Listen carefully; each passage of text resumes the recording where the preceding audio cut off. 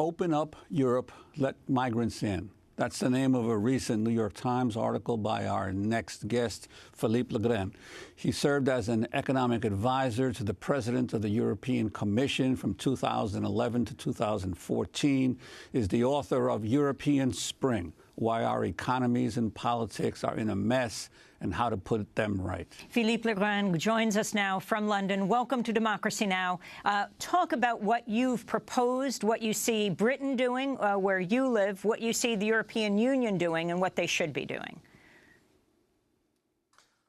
Well, I mean, clearly at the moment there is a moral panic in Europe about the new arrivals, unwanted new arrivals, notably refugees from Syria, Afghanistan, and Eritrea. And basically the prevailing wisdom is that these newcomers are a threat, that they're going to drag society down, and they're going to be a cost to the economy and to taxpayers. And I think that's incorrect. So I think that you need to make an argument first that it's Europe's humanitarian duty to allow in refugees. And in that respect, the debate has been shifting since those tragic pictures of a Syrian child washed up on a Turkish beach.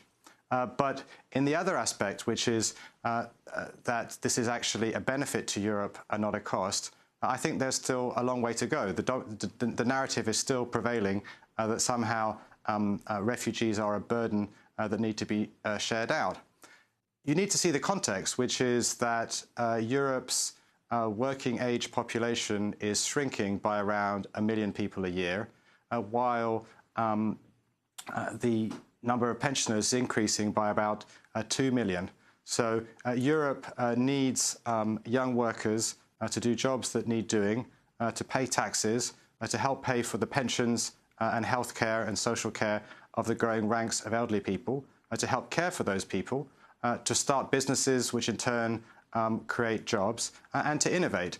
So in all sorts of ways, migrants have a lot to contribute to Europe, and we ought to be having a positive narrative about that, looking at it as an opportunity rather than as a threat. Well, and Philippe Legrain, the United States confronted a similar crisis back in 1980 when over a few-week period, about 125,000 Cubans came to Florida shores in the Mariel boat lift. And that created enormous debate across the country. Some argue it helped Ronald Reagan win the presidential race against Jimmy Carter, who opened up our country to the Mariel refugees. Your sense of the political debate going on in Europe now and the impact it could have depending on how some of these governments decide whether they're going to open up their borders to the refugees? Sure. I mean, the first point to make is about numbers. Clearly, you see very vivid TV pictures of seemingly large numbers of people on the move. And yet, the 340,000 people who have entered Europe without permission since the start of the year are equivalent to 0.07% of Europe's population. So the idea that somehow this is going to overturn society or in somehow be an impossible disruption is simply not true. It's actually a relatively small number. In a crowd of 1,500 people, only one of them would be an unwanted new arrival. In terms of the political impact, of course, you know, there is a rise of, long before this crisis, of far-right, populist, xenophobic and racist parties who sound a lot like Donald Trump does in the US. And they are making hay out of this crisis and arguing, as indeed does the Prime Minister of Hungary, that somehow the refugees are a threat to Christianity, civilization, law and order, a burden on the welfare state, and so on.